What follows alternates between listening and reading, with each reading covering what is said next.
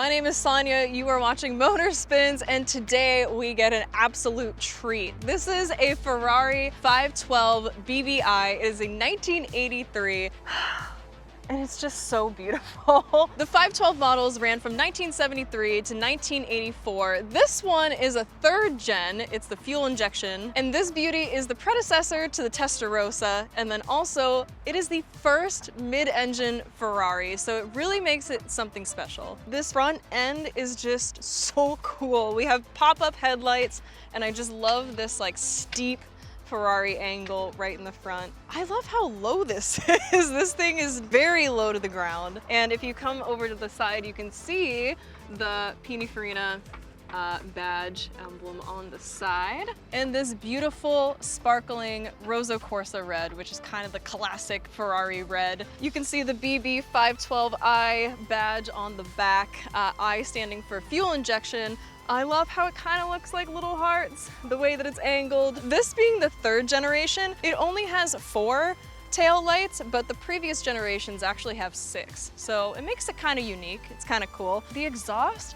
looks so tiny for the power of this car and how commanding and badass that it is, but it doesn't sound small. Again, a lot of classic Ferrari design, especially with this whole back. We've got the 2-cylinder banks, and of course, with this being the first mid-engine Ferrari, it kind of predates any of the glass back, so you can actually see the engine and appreciate it. It's kind of just all hidden under here, but a lot of ventilation to pull all that heat off that mid-engine. But also, if you take a peek right through there, you can still see the glass back, which is really cool. To fully appreciate this beauty, we gotta see the engine. So let's pop this, and we'll bring this up. Nope. Oh my gosh, she is heavy. I don't think I can lift this. Oh my god, it's heavy. Woo! Hey, no help at all. Look at that. So with this being the first mid-engine Ferrari, they didn't have the glass back, but you can see the mesh and you can see all the airflow that this bad boy is getting. It's got this awesome reverse clamshell design opening up. And one thing I think is really cool is you can actually see the fuel cap and everything once you open it.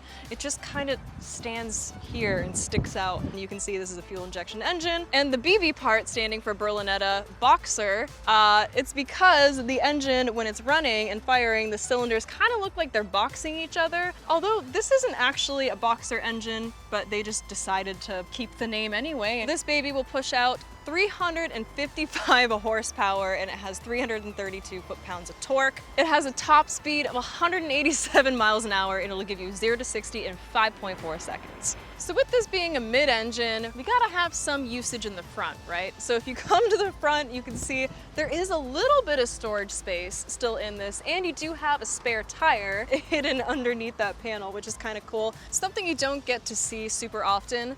Pop-up headlights from the inside. It's just its own unit here. That's so cool to see the inner workings of it, and then you see the cutout for them on the top here. And then also coming up, very interesting choice, it's all this padded leather which lines up with your cargo space to keep it safe. Getting into this car, not only is it super low, but we have this tiny little handle up on the side, and but even more strange than that is trying to get out of this car. So on the inside, you can see that there's not really a handle.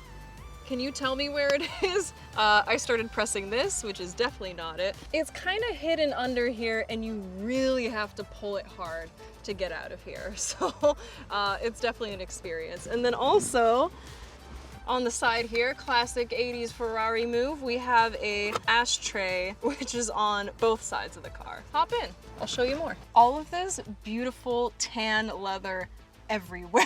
And for a car that's from the 80s, this leather has really held up. I also love this like tape deck radio situation, but even better than that, if you look over here on the left, classic 80s car, it's got a full equalizer, which is incredible. We have a gated 5-speed manual, and then coming down here, you have our windows. Up here, our defrost is actually closer to us than our window, which I thought was very Interesting design choice. This looks really interesting because you would assume that this is to pop the trunk, but it's actually not a button.